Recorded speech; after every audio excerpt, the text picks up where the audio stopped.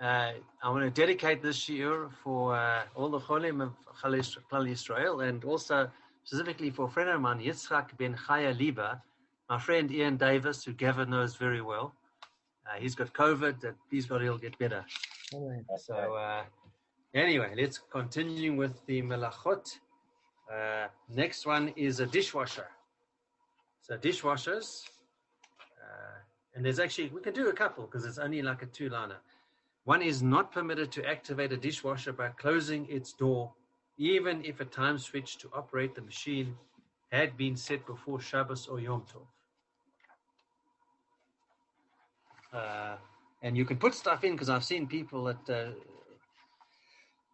Dati people put stuff in a dishwasher on Shabbos, but you can't obviously operate it. That's self-explanatory. And air conditioning systems operated by a present timer switch are permitted.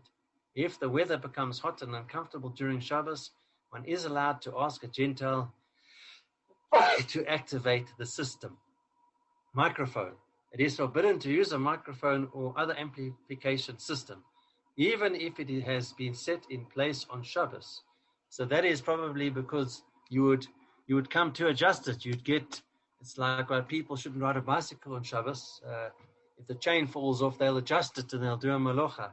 So the same applies to a microphone. You'll try adjust it, and even if you try to reform the sound or the Damon, even if you try reform the sound or the even the way it looks, that's why they.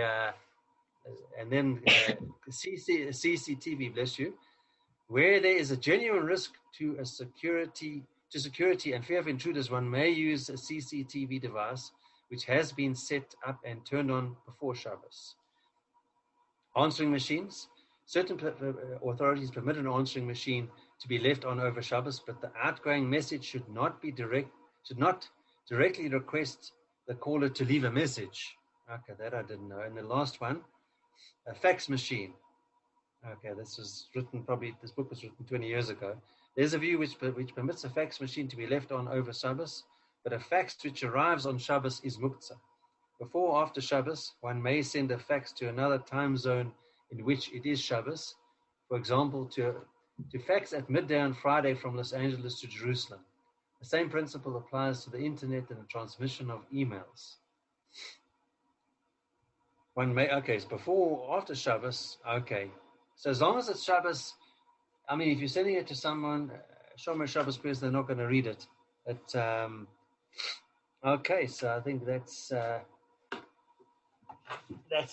And it goes on to a longer one next time. Sorry.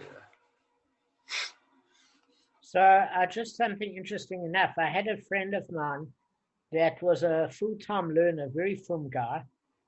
And on Shabbos, he used to put on his alarm. And I said to him, I'm surprised. And he said he got a heter from his rabbi, Bakuach Nefesh, in South Africa to arm his place because he's got 4 children and a wife. And he said he's not prepared to take the risk. And he got an allowance from his Orthodox rabbi.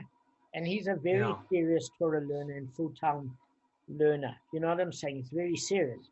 So I'm not telling anybody the halacha. I just it's interesting to know in the South African context of a situation what you're allowed to do. And I'd suggest ask your local Orthodox rabbi. But it was amazing that he could arm the place and make sure the security was safe. Sure. On a Shabbos. Because, in other words, on Friday night, I stayed there for Shabbos. This was before COVID, obviously, years ago. And he armed the place. So that was... Well, you got a hitter. So, because that's an exceptional circuit. This book wasn't exactly written by Rovin Joburg in the 2000s. Exactly. All right. So, listen, guys. I just want to get a tissue. I'm missing. So what happens is we've been going at a very fast pace, which I'm happy about. I'm very happy at a fast pace. I'm not complaining about that. But what I do think we've missed out on is, to a certain extent, this issue of who's responsible in terms of trespassing versus not. custodianship issues. In other words, we've gone at such a pace. You guys understand the individual features, each in its own encapsulated area, but not how the whole daf unravels. Does that make sense? So what we're going to do is we're going to do a review very fast from the beginning of this Mishnah, because it's going to make absolute sense to you, and we can do it very quickly. We're taking these components and we're putting them together seamlessly. And I thought that's actually very worthwhile. I'm going to start off by sharing my screen. Okay, just give me 1 second, guys.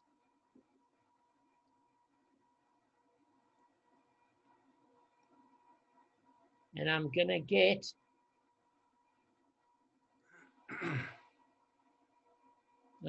Gavin to read. Sure. Give me 1 second. Hang on, Gav, give me a second. I'm just zooming in a second. Give me a second, but. Sure. Okay, go for it. Okay. The Mishnah discusses damages resulting from one bringing his property into the domain of another.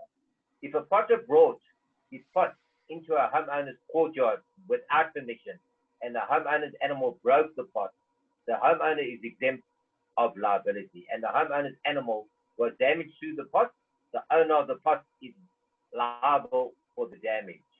But if he brought his pots into the courtyard with the homeowner's permission and they were broken, the owner of the courtyard is liable. If one brought his produce into a homeowner's courtyard without permission and the homeowner's animal ate it, the homeowner is exempt of liability. And if the homeowner's animal was harmed by the produce, the owner of the produce is liable to pay for the damage. But if he brought the produce into the courtyard with the owner's permission and it was eaten, the owner of the courtyard is liable. Okay, now we'll do the yet another case. So there's another case. If one brought his ox into a homeowner's courtyard without permission and the homeowner's ox gored it, or the owner's dog bit it, the homeowner is exempt of liability. And if the trespasser's ox gored the homeowner's ox, the trespasser is liable. If the trespasser's ox fell into the homeowner's cistern, how do you pronounce it? Cistern? Cistern, yeah, that's right. Cistern, yeah. I know what it is. I wasn't sure the pronunciation. And fell its waters, the trespasser is liable. If the homeowner's father or his son was in the cistern and was killed by the falling ox, the trespasser must pay the Kabb reparation. But if he brought his ox into the courtyard with the owner's permission and it was damaged there, the owner of the courtyard is liable. Then there's a dissenting opinion from Rebbe who says, in all these cases, the homeowner is not liable for damage occurring to property placed in his domain with permission unless he explicitly accepts upon himself the obligation to God. Excellent, Kevin, excellent. So just a couple of points to note, if we're zooming a little bit out of the Mishnah, is that it brought three examples. A pot plants, for example, pottery, produce, and an ox. The reason being is that you can't assume if you're responsible for one, you're necessarily responsible for the other. Why? Because pottery is very delicate. It can also injure. How does it injure? Well, there's sharp shards. If you break pottery, and it can actually pierce your foot. You know, you've got issues that also pottery is sensitive to breakage, whereas certain types of produce are not that sensitive to breakage. You've also got an ox, which is quite hard wearing, and generally pottery doesn't attack somebody, and ox does attack somebody. You know, pottery is stationary, unless you're on LSD. Same with produce. You're on pot. If you're on pot, yeah, but pot doesn't even cause that, as you know. All family knows. All right. So, all right. So now we're discussing an issue of custodianship. I'm not going to go into any sort of detail. What I'm doing is I'm giving you a general sweeping overview. Now, it's not going to get offended. All right. So we are on 47b1. Okay? So the Gemara discusses an inference that may be drawn from the Mishnah's opening clause. The Mishnah implies that the reason the potter is liable to pay for damage that his pot's caused to the landlord's animal is that he brought them in the courtyard without permission. But if he brings them in with the landlord's permission, the owner of the pots is not liable for damage that caused to the landlord's animal. Okay? And we do not say that by requesting permission and then bringing his pots in, the owner of the pot surely accepted implicit responsibility for guarding the landlord's animal from being damaged by his pots. Whose opinion is this? It's the opinion of Rebbe, who said at the end of the Mishnah, in any situation where an object is placed somewhere by mutual consent of the homeowner and the person that's wishing to store their goods there, but responsibility is not specified, one does not automatically accept upon himself the obligation of guarding his fellow's property from damage. Okay? Now, assumingly so far it works both ways. What do we mean both ways? Is we want to say, if you remember the start of the Mishnah, it said, look, you get permission to store your property there. And we discussed what type of property. Is it produce? Is it pottery? Is it your ox? I want to ask you if I can bring it and leave it at your premises. If I ask you permission, then the rabbi's opinion is very straightforward.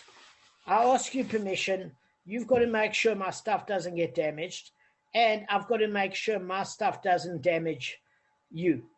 And by the very fact that we ask permission from each other, it does to a certain degree negate liability, because you can expect my object there, and therefore, if you trample on it and you break it, as the homeowner, you're responsible. And as the person bringing stuff in your property, am I liable or am I not liable? Meaning, do I have an equal liability to make sure that your animal, you don't get damaged? So the implication is, it's very clear. If no permission is granted and I'm trespassing, any injury I cause to the homeowner, all his belongings, I have to pay for. Okay? And any damage that's caused to my article, the homeowner is not responsible for. So the Gemara's question here is slightly different. It's saying, I've got pottery. I'm bringing it in your home. You've given me permission. Okay? When you don't give me permission, you're not responsible if you break it because you didn't know it was there. But I'm in that particular case responsible for the damage that I've caused you. Okay? But but if I've got your permission, am I responsible for the damage it causes your animal? And according to Rebbe, I'm not responsible for that. Why? Because Rebbe said at the end of the Mishnah, look, just because I've given you permission to store your goods there, doesn't mean as the homeowner, I'm sitting there going to be a custodian to watch where you kept your stuff. That's for sure. I'm not there to police your articles. You want to store it there, fine, at your own risk, as we say. The rabbis say no.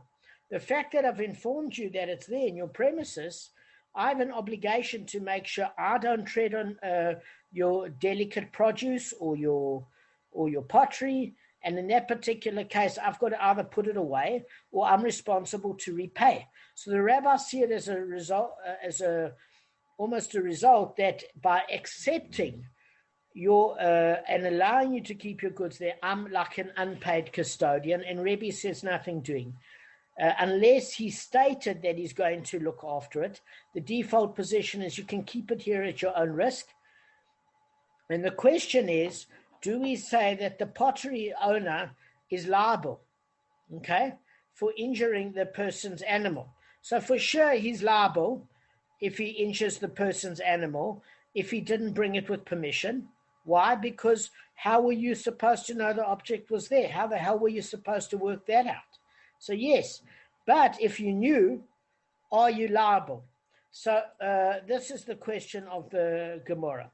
So the Gemara asks, now consider the latter part of the clause. If he brought his pots in to the courtyard with the owner's permission and they were broken, the owner of the courtyard is liable. So basically, here we have arrived at the opinion of the rabbis who say that even if the matter of responsibility is not specified, by consenting that something be brought into his domain, one surely accepts upon himself the obligation of guarding it from damage.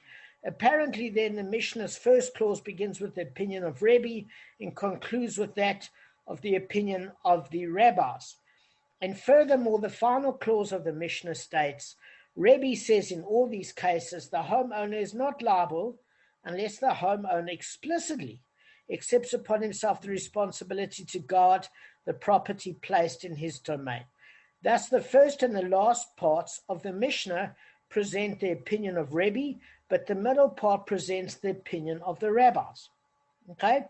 Because the middle part of that particular Mishnah, and I'm just going to share my screen a second so you can understand what we're talking about here. We're talking about the issue of pottery. Just give me one sec, guys.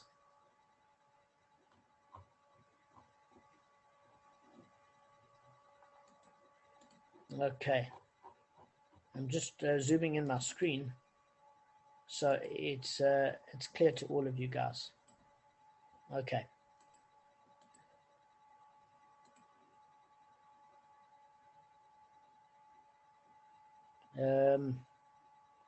This is hell of a frustrating because the screen keeps disappearing. Give me 1 second, guys. Go on. So, Stephen, just what we're saying is here, okay? If a potter brought his pots into the homeowner's courtyard without permission and the homeowner's animals broke the pots, the homeowner is exempt from liability.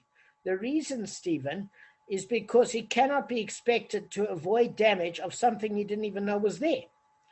And if the homeowner's animal was damaged through the pots, the owner of the pots is liable to pay for the damage. Why? Because if I step on something in my own garden, like pottery, and it breaks and comes through my foot, and you had no permission to keep your pottery there, of course you're going to pay for the damage.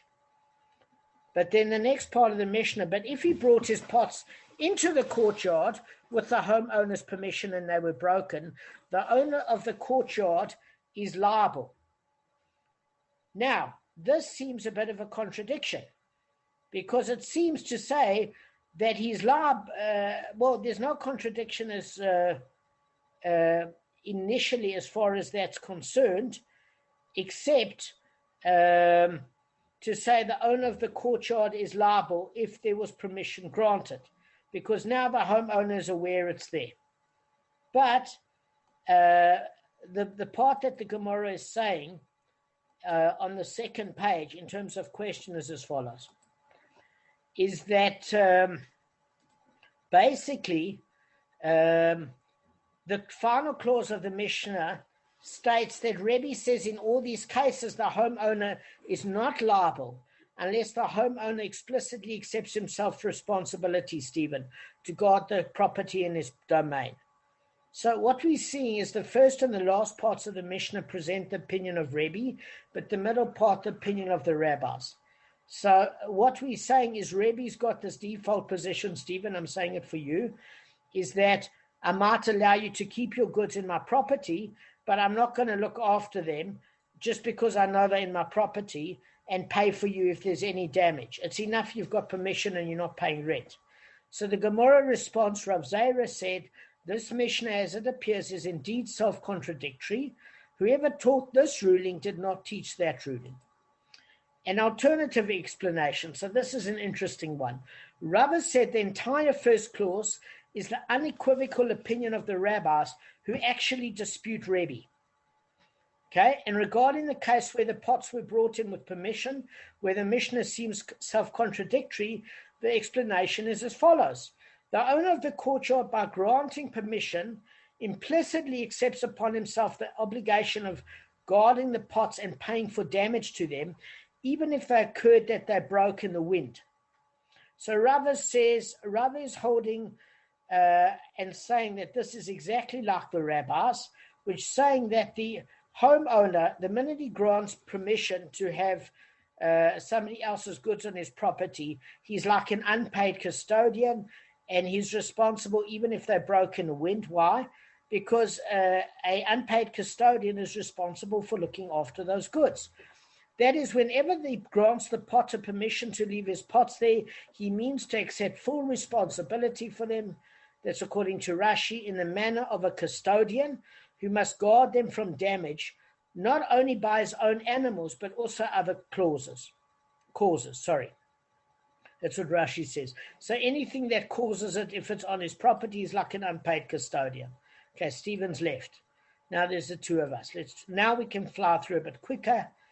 The potter, by contrast, does not mean to accept responsibility at all, but merely to entrust his pots to the homeowner's care. Accordingly, the laws of the homeowner and the potter are distinct with respect to their liability towards one another. The homeowner is liable if his animals damage the pots, but the potter is not liable if his pots cause damage to the animals. Okay, so there, I just want to clear it up. According to Rava, he was saying the homeowner takes on the opinion of the rabbis, that he's the custodian. The owner of the pottery does not take over guardianship. Why? Logic.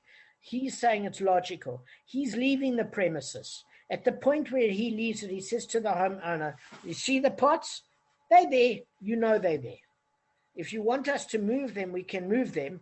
But if your animal walks on it, you know they're there. So therefore, you've got to stop that because you know where they are. But since I'm no longer here, how am I going to watch the pottery to see if your animal is going to come near it? I'm leaving the premises. It's in your care. And therefore, they have distinct roles. Does that make sense, guys? So there's a difference between Rava's opinion and the rabbis. Fine. Let's go on to the next clause. The Mishnah states, if one brought his produce into the homeowner's courtyard, etc., without permission, and the homeowner's animal was damaged through the produce, the owner of the produce is liable to pay for the damage. We discussed why.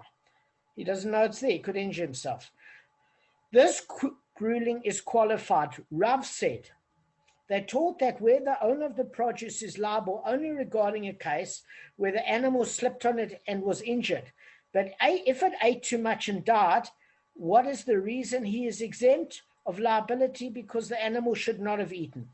So I just want to explain to you what this means. What we're saying here is Rav says that the only thing that you can be responsible for in a case of produce is that a case of boar, because boar is a destructive, static, stationary hazard that you leave there, and therefore, if you don't have permission to be there, how's anybody meant to know where the hell it is? Nobody knows. You left it there. It's a hazard. But as far as eating is concerned, you're exempt. Okay? You're exempt. Now, because it's called grama, which is indirect. Why does he hold it as indirect? Well, the animal ate it of its own volition. That's not your fault if the animal overindulged and died at all. But you are responsible for slippage. Now, that's Rav's opinion. The Gemara says something different. The rabbis basically say that you're responsible for both slippage and eating, it would seem. But Rav says no, it's only for bor, the obstructional element, not the eating element. So we want to know, okay, so the reason is the animal should not have eaten. And then the obvious question comes up to me is, well, how does the owner know it's there to prevent his animal from eating? Therefore, I would think, I could understand how the Gemara says you should pay. But Rav's got a very, very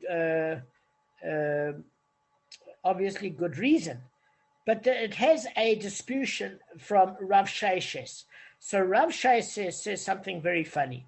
He says, I say that Rav stated this teaching while drifting into sleep, otherwise he would not have said it. So we learned from this, he wasn't criticizing Rav. Remember, he thought Rav was a genius. So he said it's only because Rav was falling asleep that he would say such a thing. Otherwise, Rav would never say anything like that. Okay? So what's his reason? Is because he learns it from a brisa. If one places poison before his fellow's animal and the animal eats it and dies, he's exempt from paying under the laws of man, meaning the court can't exact payment from him, but he is liable under the laws of heaven. So we can infer from this brisa that it's only when one places poison before the animal that he is exempt under the laws of man, okay? Because the animal doesn't usually eat poison. Does that make sense, guys? It's not common for an animal to eat poison. It can pick it up. But with respect to produce, which animals love to eat, an animal usually does eat that. If he places it before his fellow's animal and thereby causes it to overeat and die, he is liable to pay for the damages even under the law of man.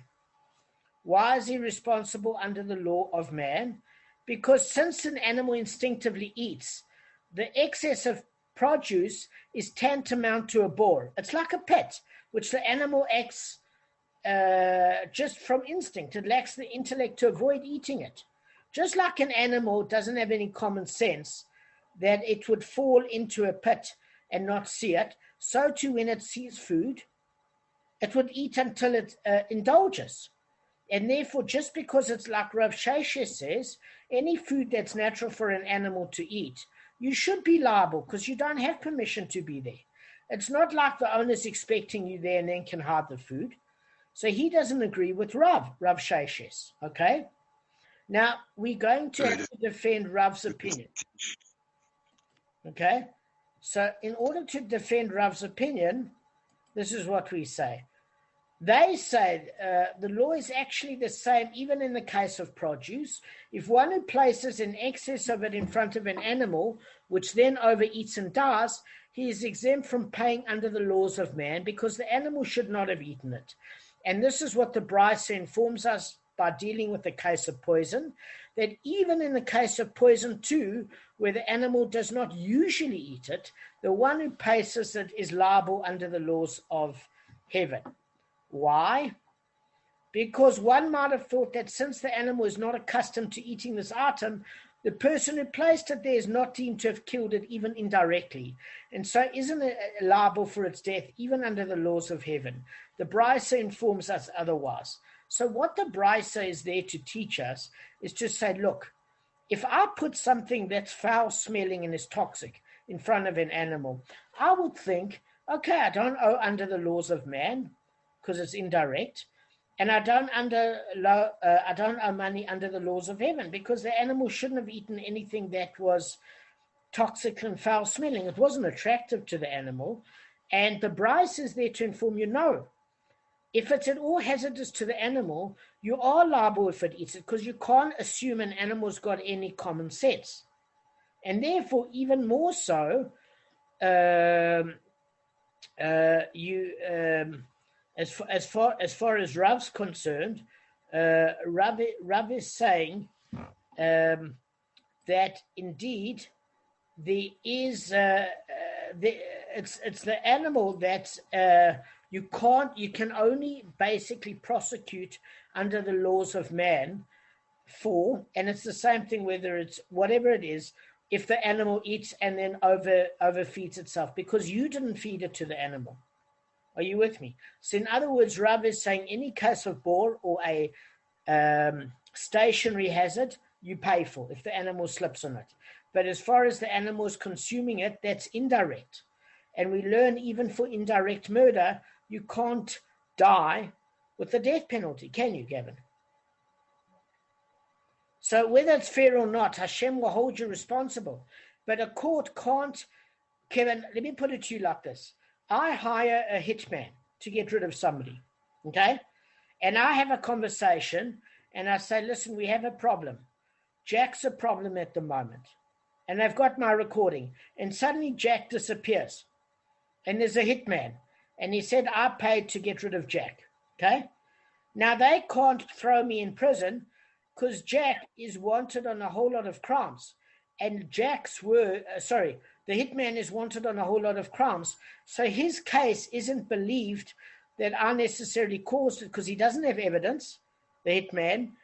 It's only got evidence of me saying that Jack's a problem. Maybe it's a business problem. Maybe I want to hire a lawyer. And then the hitman can't be believed because he wants to lessen his sentence, because I said to him, you'll get a lesser sentence if you finger the person that hired you. But at the end of the day, I wasn't the one pulled the trigger. So therefore, the hitman will get prosecuted in the electric chair or whatever death penalty it is. But the person planning it won't get that death sentence because he wasn't directly involved. So because I never just give me 1 second, because I never force-fed the animal and made sure it overate, then although I'd be responsible in Shemayim, the earthly court can't prosecute. It can only prosecute for a bore if the animal slips and breaks itself on it. That's what Rav says. The Gemara says, like Rav Sheshes, it doesn't matter. If you overfed the animal or you caused it to slip, you're liable. Finished. Okay, what were you going to ask, Kev? So they were just so that they tried to paint somebody for Jack's murder, and then Jack's paint. It was a joke. Right, Jack's paint. And okay. then secondly, okay. So you're saying seriously, I got another funny joke comment. If someone hired the hitman, but they didn't execute the murder, are you saying only the executioner, the person that carried out the actual act, is liable? Okay, so there's a difference between Torah law and law in the 21st century, etc. There's differences. Let me tell you what the differences are. Firstly, in Torah law, you're dealing generally with people that were very moral. They were scared to use Hashem's name in vain, which is why today people take an oath and they say, do you solemnly swear under the name of God that the testimony you're about to give is true, etc., etc. It comes from that you make that as an aid, you have to give a shavua, an oath with Hashem's name. And people didn't want to transgress doing a shavua. They give an affirmation. It's called an affirmation without using Hashem's name. Affirmation. Yeah, but that wasn't good enough in terms of halachic courts. You had to use Hashem's name. And most people, in fact, there's a whole book in the Zikin called Shavua, Oath. There's a whole book on it. And in fact, that would deter most people, because most people wouldn't swear on Hashem's name. They were telling the truth if they were lying. Now, people are pathological liars. They don't care. But today, secular law, there's the RICO Act in America with Giuliani, which even can put you into prison for life sentences for associating with known criminals under the RICO Act, which means that's how they got John Gotti and a whole lot of other people, is that if they're known godfathers and people in organized crime that hang out with each other, they can be convicted on that basis by association. That's how bad the world's gotten. But and obviously for murder, if there's testimony of a hitman in a secular society, they're deemed to believe this person even for a reduced sentence, because otherwise this world would be a wicked place. You have to have more lenient laws to convict people, because the stringent laws to protect the innocent also protect the guilty. But when we're living in a time where people feared Hashem, what would happen is that it wasn't so strict. Somebody that hired a hitman works under the 10 Commandments. Hashem says, thou shalt not kill. So they say to the hitman, yes, he hired you. Fine. You say he hired you. Fine. Did you know about these 10 Commandments, Mr. Jew? Yes, I knew. So you get the death penalty. Who pulled the trigger? He did.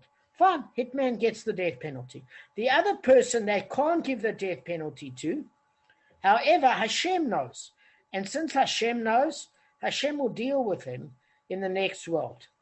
And believe me, it's much more merciful if he died in this world with the death penalty and did a kapora, than thought he could get away with it. You can't get away with anything. So grama is indirect murder. So any indirect murder, you're off the hook from the death penalty in the Beis Din. Now here you indirectly murdered the animal, so you're not liable, you're exempted from financial liability.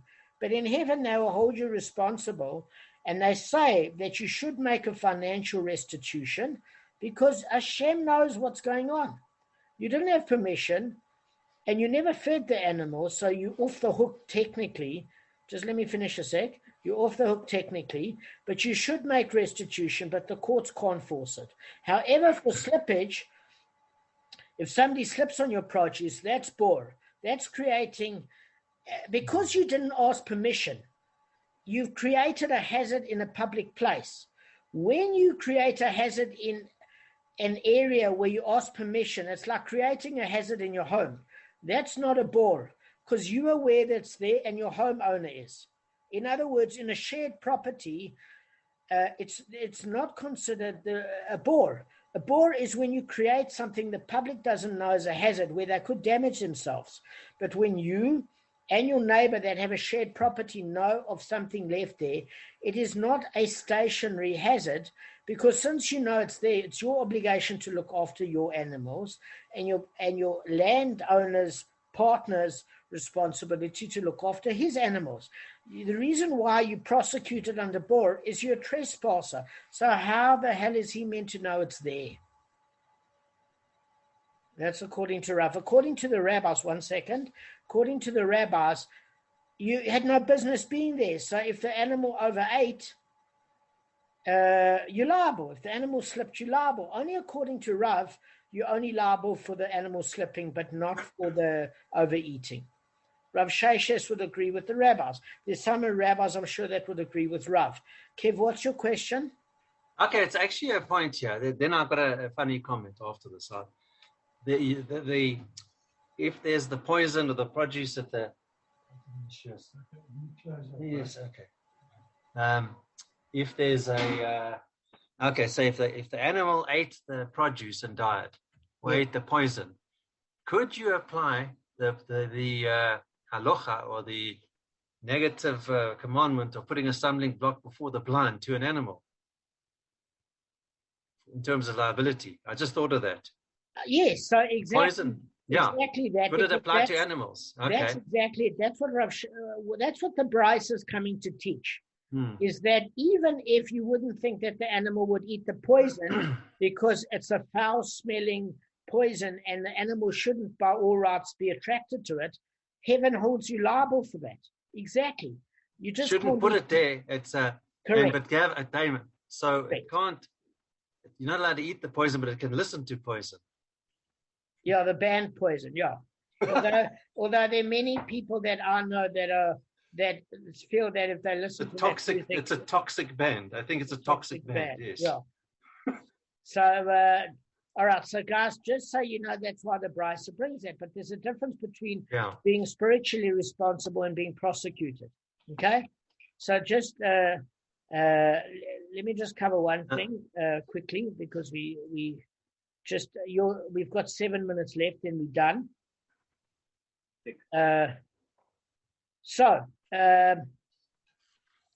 Right. So, there's an alternative answer. What's that alternative answer? If you prefer to say that when you're referring to a poison too, you've got a poison, the Bryce, there's a commentary saying that the Bryce is dealing with a fratza. So a fratza is actually a poison like poison ivy or something that an animal would be attracted to eating it. But it's poisonous to animals, right? So even that the animal is expected to eat it, the person who places it there is exempt under the laws of man. Why? Because it's indirect damage. But even though that the animal ate it under its own initiative, he will be responsible in Shemayim. Exactly that. Okay, we're just going to do, we've got 5 minutes left. Was your dad calling you for supper? No, it just told me to lock up. No, they've eaten already. No, it just reminded me to lock up. Okay, so just let's cover a little bit of ground in 5 minutes quickly. So another challenge to Rav's ruling is started. They challenged Rav on the basis of the following brisa. If a woman entered a homeowner's domain to grind wheat without his permission, and the homeowner's animal ate the wheat, he is exempt from paying it. If the animal was harmed by the wheat, she is liable to pay for the damages. Well, that's obvious. Why does the brisa say that? You don't have permission to be there, which means basically, if you don't have permission to be there, you can't turn around to the homeowner and say, you owe me for the animal eating produce. He'd say, it's not my responsibility. You didn't even have permission to leave it here. But if the animal was harmed by that produce and died from the wheat that was ground, so its stomach expanded, etc., she is liable to pay for the damages. Why? Because the homeowner knows not about the grain that was left, so he can't hide it away and protect his animals, so she's liable. That we understand. What we don't understand is Rav's opinion, because Rav would say, why must she pay? Let us say it should not have eaten. Okay? Should not have eaten. So in fact, it's taken the case now of the produce left without permission to a woman in this brisa basically grinding grain. And it was saying, look, the logic of why the homeowner is not liable and why she should pay if she left her produce there for damage to the animal without permission is understandable. But how could you say, according to Rav, that she's not responsible because her response is it should not have eaten?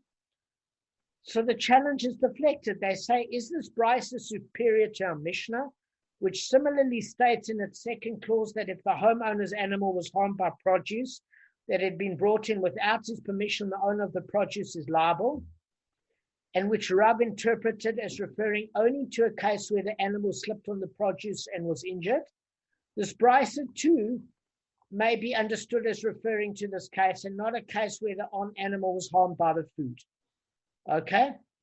So the Gemara therefore wonders, and the one who asked the question, what did he intend to ask? Did he not know that the brisa can be interpreted like the Mishnah? The Gemara asks, he would tell you the following: all is well with respect to our Mishnah, which states that the homeowner was harmed by it, in other words, the produce. This can be readily understood as meaning the animal slipped on the produce, as Rav said. But here in the brisa, which states that the animal was harmed and does not stay by it, the logical interpretation is that the harm resulted from eating that the brisa refers. The Gemara explains why this inference is not compelling, and the other one who defended Rav will tell you there's no difference by it, whether it's stated it or not. Even the brisa which omits by it may be interpreted as meaning that the animal was harmed by slipping on the produce. So let's take a very complicated thing and make it simple. Those that hold by Rav saying, look, we're not talking about a case where she fed it to the animal. The reason in this case why she's liable is the animal slipped on it and created a bore. So according to Rav, this brisa doesn't contradict the Mishnah. It's fine. You're just talking about a case here of creating a hazard, stationary hazard, and the bore of Rav says you paid. That's fine. According to the other opinion that says, well, Rav seems to interpret the Mishnah as saying that you're not liable for food, and this brisa is proving you're liable for food. It's saying, look, there's no mention of what the harm was caused by. Was it by eating or what it was slipping? What caused it? Since there was no mention, it can go according to the rabbis or Rav. It can go for food, it can go for slipping. Whatever opinion you're holding by, it's not a contradiction. It's non-specific. So if you're holding by Rav, hold by Rav. If you're holding by the rabbis, hold by the rabbis. Does that make sense, guys? We're going to end off on this note. Was this revision handy? Was this revision handy? Yeah, very good. What page are we up to? Sorry, what page have we reached now? 47b3, and I'm going to do some more revision tomorrow.